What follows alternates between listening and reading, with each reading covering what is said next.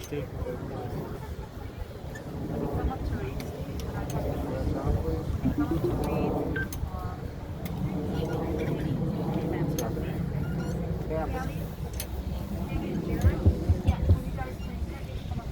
Hey, the cover come off the H2?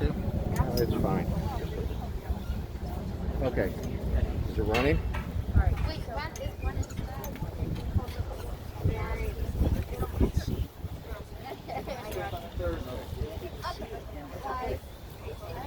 Alright, we ready, sir? Are you ready? Alright, so come on in here. Family? Stand by your mom.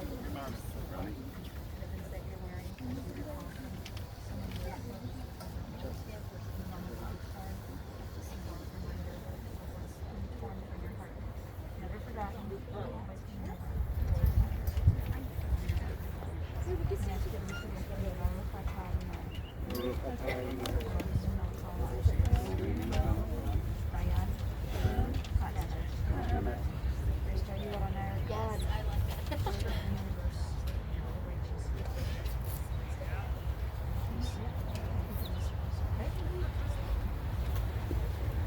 If you guys are in each other's bubbles, if you want to sit next to each other, okay?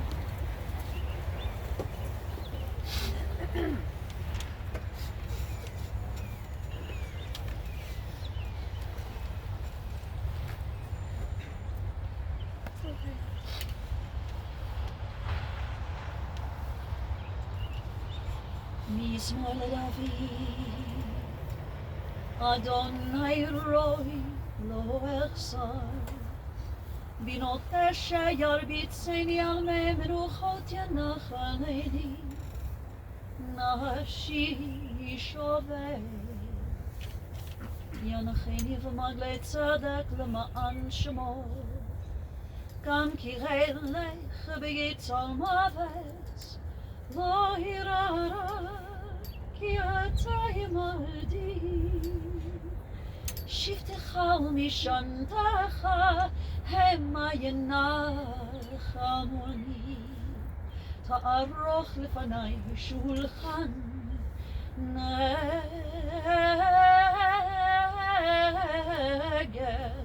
צורריי. תשמת בשמן ראשי כוסי רוויה, אך טוב וחסד ירדיפוני. הוים בחיי ושבתי בבית אדוני לאורך ימים. Friends, I've chanted for you the words of our 23rd Psalm. In these moments when we feel a need for comfort, for strength, for reassurance, we often turn to the psalmist. And so I invite you now to recite these words with me as we say together. The Lord is my shepherd, I shall not want. He maketh me to lie down in green pastures. He leadeth me beside the still waters. He restoreth my soul. He guideth me in straight paths for his name's sake. Yea, though I walk through the valley of the shadow of death, I will fear no evil, for thou art with me. Thy rod and thy staff, they comfort me. Thou preparest a table before me in the presence of mine enemies. Thou hast anointed my head with oil. My cup runneth over.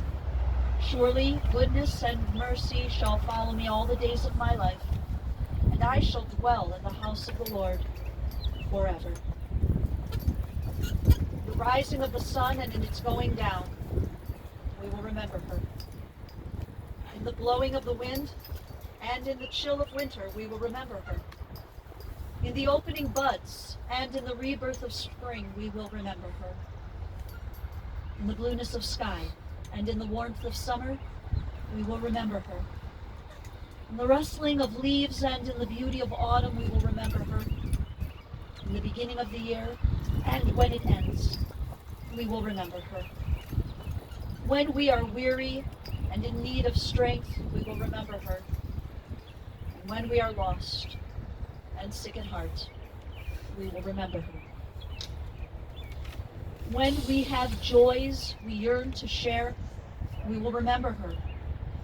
So long as we live, she too will live. for she is now a part of us as we remember Marcia Kammer. To her children, Steve and Rick and Marla, also to Leslie and Lori and to David. To her grandchildren, Shelby, Josh, Jared, Liza, Sydney, Ryan and Cammie. To her nieces and nephews, Michael and Mary, Craig, Fran and Mike. To all the members of the family and to so many friends and family members who have gathered here safely in person, and to those of you who are joining us via technology, while you are here at this moment with us in person or through Zoom, we feel your presence as our hearts unite today, as we find the strength to remember but also to celebrate the life of your beloved Marcia. Our sages in their wisdom have taught us that birth is a beginning and death a destination, and life is a journey from childhood to maturity and from youth to age, from innocence to awareness and ignorance to knowing, from foolishness to discretion, and then, perhaps, to wisdom. From weakness to strength, or strength to weakness, and often back again. From health to sickness, and back we pray to health again. From offense to forgiveness. From loneliness to love. From joy to gratitude. From pain to compassion, and grief to understanding. From fear to faith. From defeat to defeat to defeat. Until looking backward or ahead, we see that victory lies not at some high place along the way, but in having made the journey, stage by stage, a sacred pilgrimage. Birth is a beginning and death a destination. And life is a journey, a sacred pilgrimage to life everlasting. Marcia's beautiful journey, a journey of more than 83 years, began right here in Cleveland. She was born on September 7th, 1937 to Sydney and Blanche Sapphire. Marcia and her older sister Shirley, of blessed memory, spent their childhood years together growing up in Cleveland in a 3-family house on Thornhill Drive. From her earliest years, Marcia truly understood the importance of family, as one of those units of the 3-family home was occupied by her grandparents, Bubby Molly and Papa Willie. Marcia was extremely close with her Bubby, and they had a special little agreement, a deal if you will. Marcia would teach Bubby English, and Bubby would teach Marcia Yiddish. And this so-called deal always included bribes of chocolate. In her early teens, Marcia's family moved from the city of Cleveland to South Euclid, and there they settled on Wilmington Road. Now, transferring from the familiarity of Patrick Henry Junior High School to the South Euclid Lyndhurst School District, that may have been an enormous challenge for many students. But for Marcia, this challenge was made so much easier in meeting another young teen named Elaine Katz. While Marcia was blessed with so many dear, longtime friends, Elaine Katz Lustig and Marcia remained the closest and dearest of friends, only for 70 years. You see, this is how it was with Marcia. Once you were her friend, she was your pal for life. Marcia's granddaughter, Liza, looked up her grandmother's yearbook page from Brush Senior High School and discovered that Marcia was not only active in her high school sorority, but she was also involved in a number of clubs and organizations, including Future Teachers of America. She was a hall guard, merit roll, intramural sports. She sang in the Glee Club, and she was part of her school's drama club known as the Penguin Players.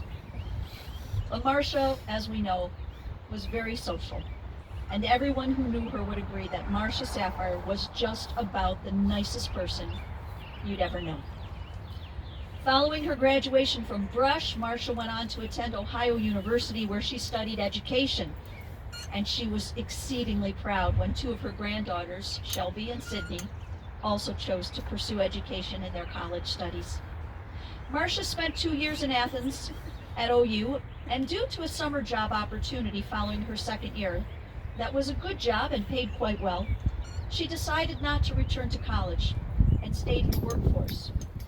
There were times over the years that Marcia may have expressed some regret in not completing her college degree, but she knew in her heart things would have turned out quite differently had she returned to campus life instead of staying here in Cleveland. Had Marcia gone back to OU for a third and fourth year, she may have never met her Beshert, the one that was meant to be. Friends, we all gathered here back in October of 2009, and we paid tribute lovingly and said our tearful goodbyes to Bud Kammer. In having the sad privilege of meeting with Marcia and her family just days before that funeral, Marcia shared stories about their meeting, their falling in love, and their lives together. And so I'm able to share with you in Marcia's own words the details. These are Marcia's recollections of meeting Bud and what happened following that first meeting. The story Marcia told me was this. A cousin of Marcia's was dating a friend of Bud's, and cousin Joan fixed up Bud and Shirley, Marcia's sister. Yes, Marcia's sister went on a date with Bud. The family assures me it was only one date. They met, they decided to date, and as Marcia described it to me, I asked her in that moment so many years ago, was it love at first sight? And she said, quote, it was almost love at first sight. She and Bud had been dating just 3 months when Marcia needed to go out of town. As she flew home from this little trip, both her mother and Bud were at the airport to meet her. Marcia described to me that when she descended from the steps of the plane, she walked towards her mom and Bud, and she kissed Bud before kissing her mother. And this really impressed Bud. So the next day, after just dating for 3 months, that next day Bud went out to purchase a ring. When Bud asked Marcia to marry him, her answer was, is tomorrow too soon? Marcia described to me that their engagement was a mere 3 months, and so they only knew each other 6 months before heading towards the chuppah, the wedding canopy. But Marcia knew. She knew he was the one. She recalled that they were married in 1962 at Community Temple with Rabbi Jack Herman of blessed memory officiating. And as Marcia and I spoke, it became apparent to me that in those 7 wedding blessings, the Sheva Brachot, that where the bride and groom are mentioned in the 6th blessing as Re'im Ahuvim, literally loving partners, loving companions. As Marcia went to describe to me in front of all her family the life that she and Bud had together, it was apparent to me that the two of them were truly Re'im Ahuvim, loving companions. Marcia and Bud were married nearly 47 years, and in those 47 years they enjoyed doing much together. They loved to go bowling. They enjoyed dining out with friends and attending the lodge's dinner dances. He was a great dancer. But most of all, as everyone here knows, together it was family that they enjoyed the most. They also enjoyed seeing the world together. There were the little weekend trips to Holiday Valley, or the trip to the Olympic Games in Atlanta. Their winter vacations were spent driving with their children to visit grandparents in Florida. And then the whole family joined together in Hawaii to celebrate their 50th wedding anniversary of Marcia's parents. This was a wonderful trip where children and grandchildren could celebrate. There were visits with the grandchildren as well to Presque Isle and Coronado Springs. Of course, the visits to Disney World in celebration of Bud and Marcia's 40th anniversary. And Marcia and Bud together enjoyed cruises. They had a wonderful couples club, a dinner club that they called the Fressers Club. And they, of course, made it a point. It was important to them to visit to Israel together. Bud and Marcia traveled the world, but they really traveled the road of life together. And their greatest accomplishments, both of them would agree, was in bringing their 3 children and then seeing their grandchildren come into the world. I want to share with you a piece of poetry written by Marcia's son, Rick. Before I speak of Marcia and the kind of mom that she was, I want to share this poem. The poem is titled Hours. O-U-R-S, Hours. Baker, cheerleader, mentor, disciplinarian, role model, guidance counselor, and friend. You've always worn multiple titles and served such significant roles in our lives. When we needed a driver, you were our chauffeur. When we needed an audience, you were our #1 critic. When we needed a meal or a snack, you were a 5-star personal chef. When we needed a kick in the pants, you were the kindest law enforcement official ever. When we needed to ask an important question or face a challenge, you were our therapist. When we needed financial or career suggestions and advice, you were there. When we needed a babysitter, you were there before the question was even posed. When we needed a dog sitter, there was always room at the inn with extra treats and spoiling. When we needed a role model, you shined the brightest and led by example. To a stranger, you were simply a friend they hadn't met yet. When we needed a friend, you were at the front of the line, supporting, nurturing, consoling, listening, smiling, sharing, and loving.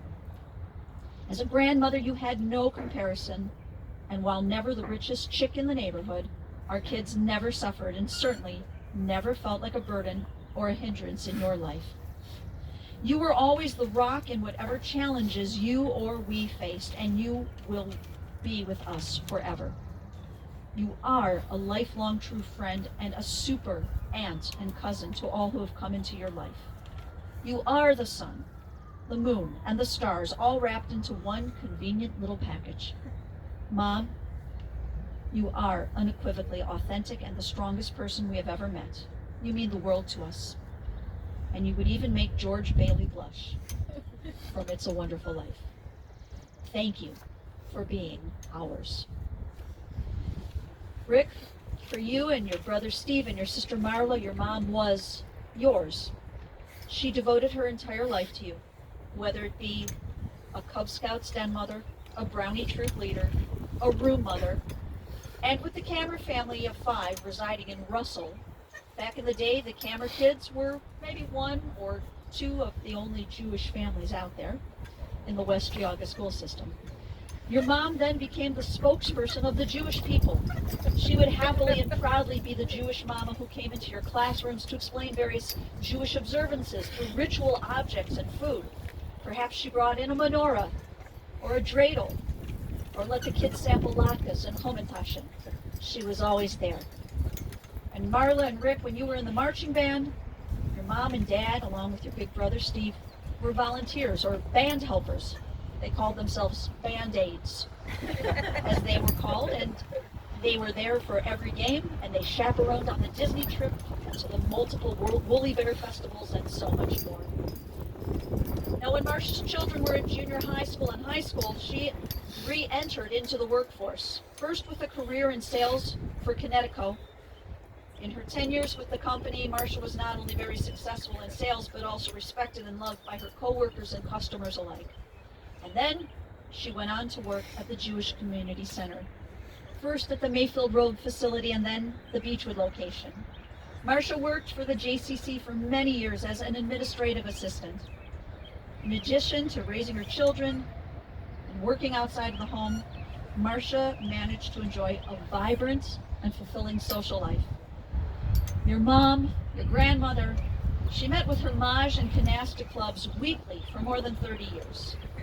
And you, her children, you recall those Tuesday nights, the clicking of the tiles, the laughter and the cackling of the women rising from the first floor up to your bedrooms, so much so that it would often keep you from falling asleep.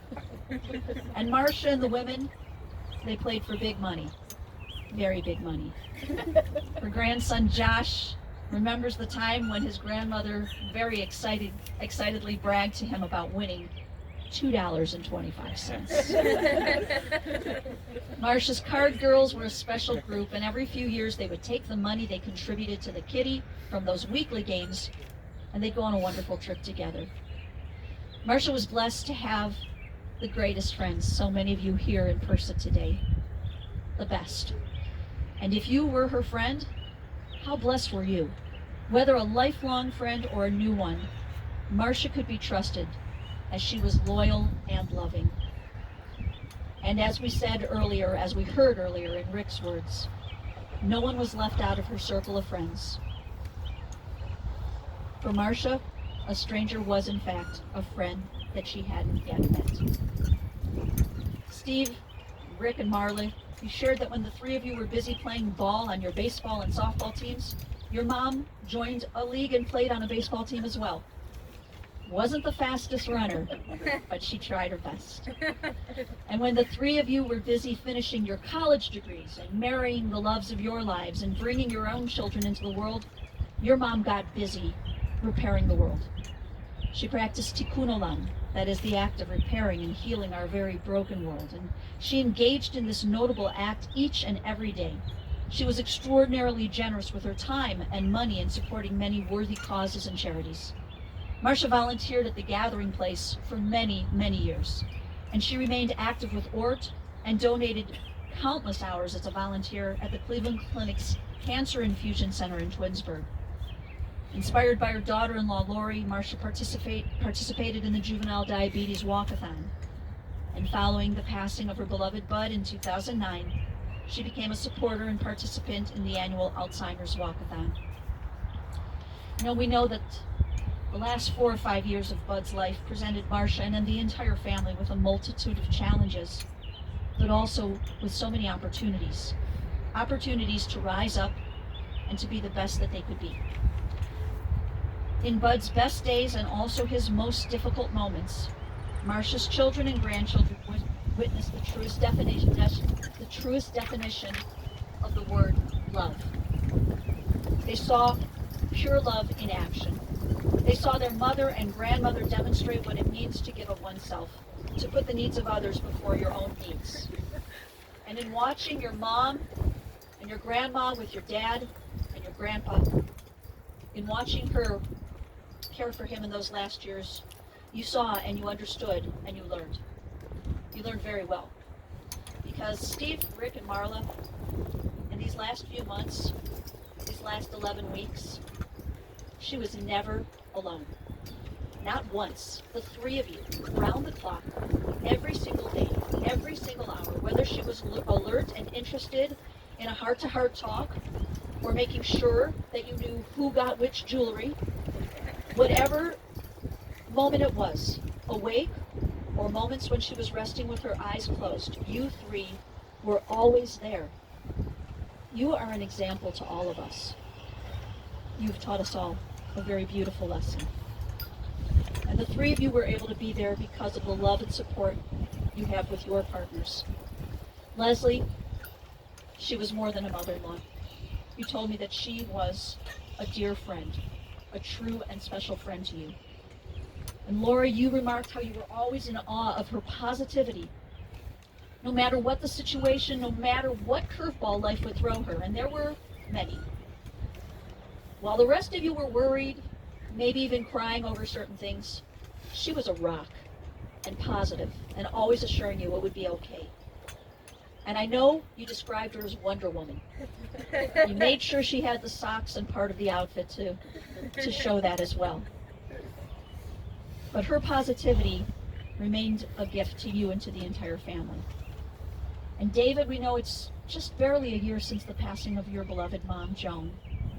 And while you were blessed with the greatest mom, you shared with me that Marcia, too, was always your mother.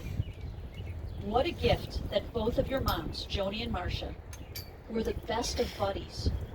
I think one of the grandkids said they were two peas in a pod. And you were so lucky to have these two amazing matriarchs in your life, David. And they were, most of the time, inseparable.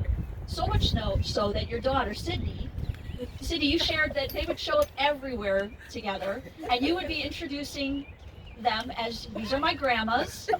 These are my grandmas, Grandma Marcia, Grandma Joan. And your friends were so excited, and they finally shared with you how great it was that your lesbian couple grandmothers were so cool. It's a beautiful thing, and it's a great story. In recent years, since Bud's passing, Marcia made time to enjoy the things that interested her. She was an avid reader. She helped to start a book club in her neighborhood. She began attending Tri-C senior citizen classes with Joni of blessed memory. And as a great lover of the arts, Marcia became a frequent attendee of the Playhouse Square performances. In all this very wonderful, full life, we know that her most precious gems, her 7 jewels, her grandchildren. Your grandma was not just there for you. She showed up in so many ways. Baseball, soccer, football games, even the games when Josh was the backup kicker and most of the time never got on the field to kick. She was still there. God forbid the other kicker should get injured and Josh would have to kick. She was there. Did she ever see you kick, Josh? I think once. Yeah. One time, very nice. We were up 42-0. Okay. In case you didn't hear, Josh said that the team was up 42-0, so they put Josh in to kick, and Marcia was there to see it. There were the many school concerts, the plays, the musicals. She was there for all of that, applauding the most enthusiastically, cheering the loudest. But when I say she showed up, it's not just the events that she was at. She was invested in all of you.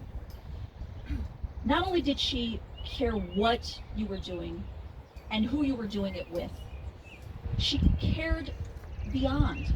Shelby, she loved that you were a teacher, but she wanted to know about your students. She wanted to know how their challenges were working out. She wanted to know how they were progressing. And your grandmother, who was an amazing cook and baker, it wasn't just enough for her to cook and bake. She needed to know that you knew how to continue the traditions. Like the brisket tutorial she did with Cammie and Sid. How everyone will miss her brownies, but hopefully how they will continue baking those brownies. And Liza, you better be the one to continue with the egg and bread routine. Jared, you noted that your grandma was always thinking ahead. Whether it was 11 weeks ago or 6 weeks ago when everyone was told she had but days to live. Whatever it was, she was thinking ahead. Jared, you reminded us that she had all the birthday cards ready, written. She wanted to make sure you knew she was always thinking of you. Shelby, knowing that your grandma wouldn't be able to visit your new apartment in person, through FaceTime you were able to give her that tour so she could see that great big pink clock she purchased for you. She knew how much you love the color pink. One Hanukkah, when all you asked for was a pink sweatshirt, and she was so excited getting you this pink sweatshirt when what you meant was you wanted a sweatshirt from the store pink, but it's just another example, truly, of how she went the distance for everyone that she cared about, especially her grandkids. All 7 of you were adored by a grandma who always had the warmest smile and who always gave the biggest hugs. And her girls, I think, are probably wearing today the hug rings, so she'll always be hugging you. And all of you, her grandchildren and her children, before her passing, she made sure to order bracelets, each of you with a personalized message. She knew what you needed to hear. She knew what would help keep you going, even after she was gone. Ryan, your bracelet states, "You've got this." Sid's, "You are enough." Cammie, your favorite song with your grandma, "You are my sunshine." Shelby, your bracelet says, "She believed she could, so she did." And Josh, yours saying, "Progress, not perfection." Liza's says, "Believe in yourself." And Jared, one word, persistence. Leslie says, "Live each day." And Steve states, "Never give up." Marla's, "You're not alone." And Lori says, "Today, I will not worry." Rick, your states, "Be you bravely." And David's, "Remember the big picture." Well, Marcia definitely was a woman who saw the big picture. This past year, especially these past few weeks, she knew. She knew. And she would tell her children and her grandchildren, I'm not sad for me. I'm ready to go. Your mom, your grandmother, your dear friend, she was a fighter, and she certainly defied the odds. She defied the odds and all the predictions of how long she would remain on this earth. And her strongest wish was that all of you would not be sad or scared. So, do not be sad or scared. Be grateful. Be grateful. And Marcia promised she would always remain with you, with every butterfly that will dance by you, with every bright twinkling star you'll discover at night. She will remain with you. Our tradition teaches us that words which come from the heart enter directly to the heart. We've already heard the words that Rick has penned. Marla has also written something that her brother Steve is going to read on her behalf.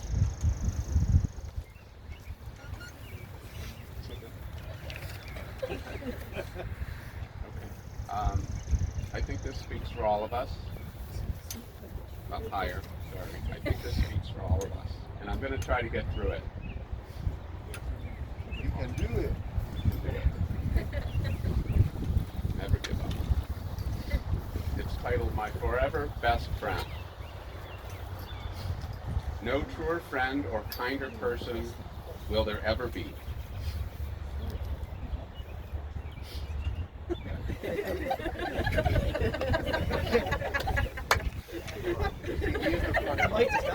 Testing.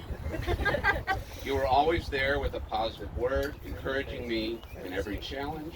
Your compassion overflowed. You will always be my forever best friend. You taught me to always look for the good in people, no matter how hard you had to look. You showed me how to view the glass as half full. You encouraged me to shake off the naysayers and believe in myself. You will always be my forever best friend. My friends at times found it odd how much I not only loved you as my mom, but genuinely liked the person you are. One of the highest compliments to me is to be compared to you. I love when people say I am so much like my mom. I will always smile when I say or do something that reminds me of you. You will always be my forever best friend. I always remember you being there for us all, physically, mentally, and spiritually. You have always given of yourself so freely to those you care about and to those you don't even know, because choosing kindness is your way. Your infectious smile and kind words were always in abundance. You will always be my forever best friend. Thank you for being my first and favorite teacher in life. Thank you for teaching me that I must have myself. I must love myself before anyone else can, to look for the best in people, and to always have a tissue. Thank you for being the backbone of our family and for being the most incredible mom, grandma, aunt, cousin, and friend anyone could ever hope for. You will always be my forever best friend.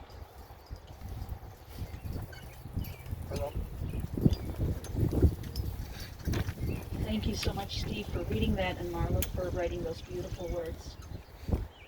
Finally, friends, the grandchildren have some special memories to share with you. We're going to have all 7 of them come up, but I believe Jared and Cammie are going to be the ones who will share these words from the hearts of all 7 of Marcia's grandchildren. So Jared and Cammie, when you read it, you just gotta get super close to the microphone, okay?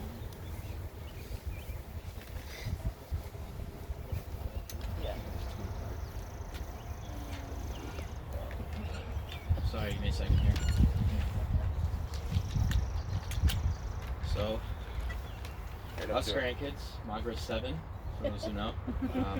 We wanted to say a little something about our very special grandma / Magra / Nana. Please enjoy the letter all of us wrote for her.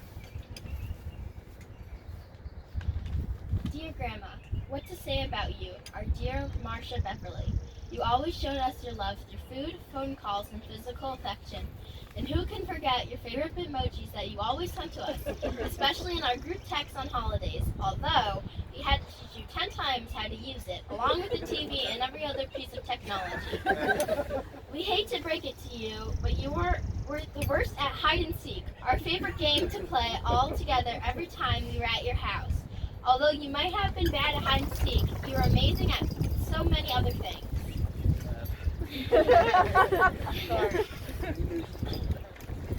You always made time to make sure each of us feel important and special.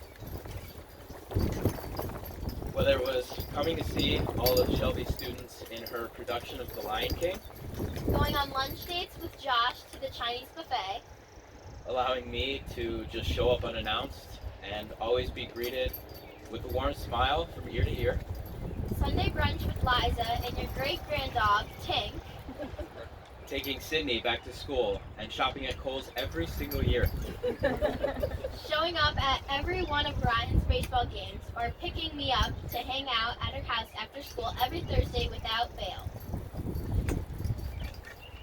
Grandma, you made sure that you weren't just there. You were always present. Our biggest cheerleader, always supporting us, no matter if we were making a dumb decision or not. And of course, afterwards, you'd always tell us you thought it was a bad idea to begin with. You're always willing to drop everything and anything for any and all of us. You gave the best hugs and always stocked your house with treats just for us. The first thing we would be welcomed with was the sign on the door, "Welcome Grandkids." And as we walked in, we were met with a warm welcome from your spot on the brown couch with a bright smile. Wherever we went, you always knew someone, and if you didn't, you left with a new friend. Among the many life lessons you showed us, all how to be our best selves, to be confident, to be kind to everyone we meet, and to be loving, and to be loved unconditionally. Thank you for always knowing exactly what to say and when to say it. You are the strongest person we have ever had the pleasure of knowing. Thank you for all the life lessons and unconditional love. We know you will always be in our hearts and watching over us. You will be missed dearly. Love, your forever grateful grandchildren.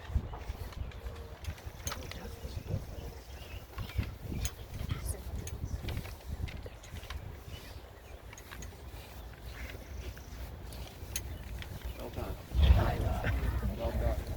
Good job, Ross. Well done. Friends, as we prepare for the rites of burial, I just want to share with everyone that anyone wishing to make a contribution in memory of Marcia, the family has suggested that you might consider the gathering place. Also today, there will be a Zoom Shiva for people who wish to visit safely. The Shiva on Zoom will take place from 2 until 4 p.m. and then again later from 6 until 8 p.m. If you don't already have the link, I know one of the grandkids can guide you through that.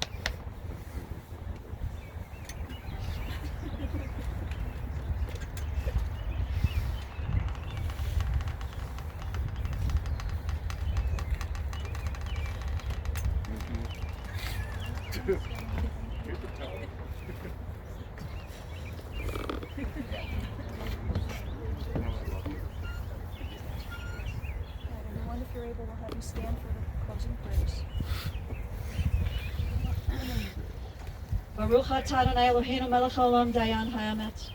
Praised are you, Adonai, our God, creator of the universe, the righteous judge. Adonai natan v'Adonai lekach v'hi shem Adonai bavarach. God has given and now God has taken away. Still we bless the name of God. The mysteries of life and death are beyond human understanding. We are perplexed and overwhelmed when pain and anguish befall those whom we love. In sorrow, confronted by death, which has taken Marcia from our midst, we feel our frailty. Like delicate flowers, we flourish only for a day. Eternal God, Shepherd of Israel, guide us, your flock, with love and with compassion. If in our grief and desolation we stray from you, do not abandon us, but draw us closer to you. Grant solace and comfort unto those who mourn. May their lives together help to sustain them and add to the blessing which is theirs in the memory of the life of their beloved Marcia. In the valley of the shadow of death, beside the still waters and in the green pastures, you, God, are our shepherd. Be our strength and our shield, our stay and our comfort throughout all of our days. And to this we say, Amen. Hayishov hafar al haaretz k'shehaya v'haruach tashuv el ha'elohim asher netana.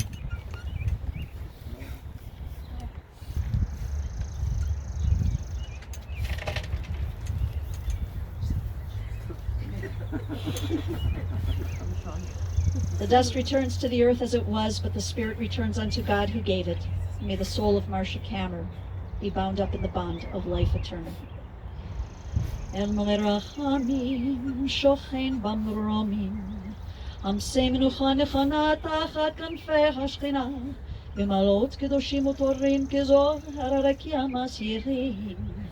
Et nishmat Marcia Bailey bat Bluma u'Mordechai, שהלכה לעולמה בגן עדן תחי מנוחתה.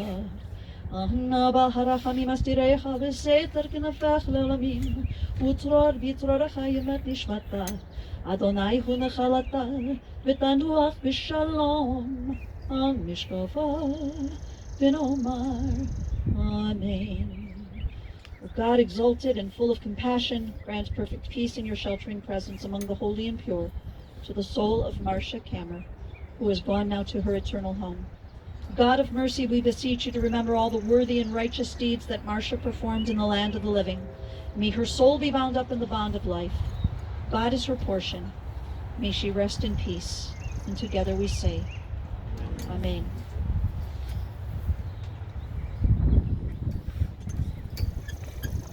We're taught that when we are born into this world, there are loving hands to guide us, to comfort us.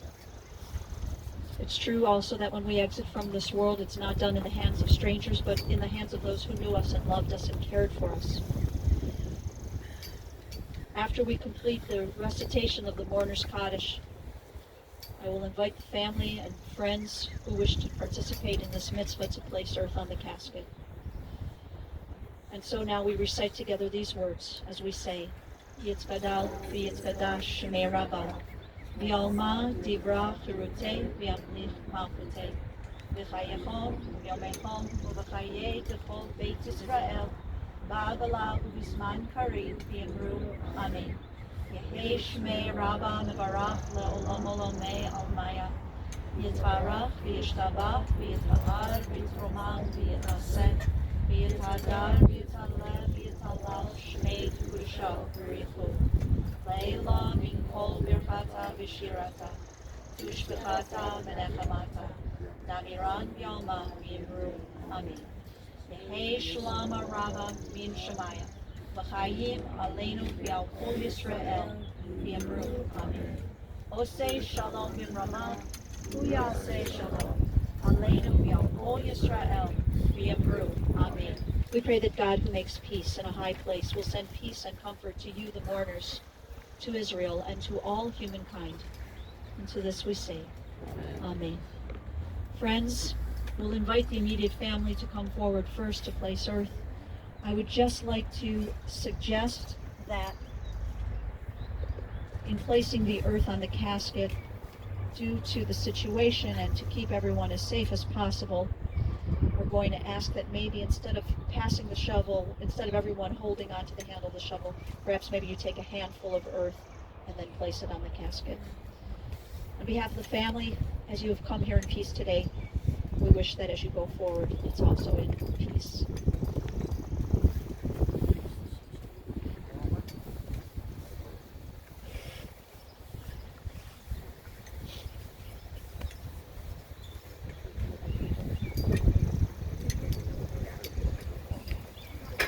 Ask the grandchildren to step forward. You can work from either tail if you wish.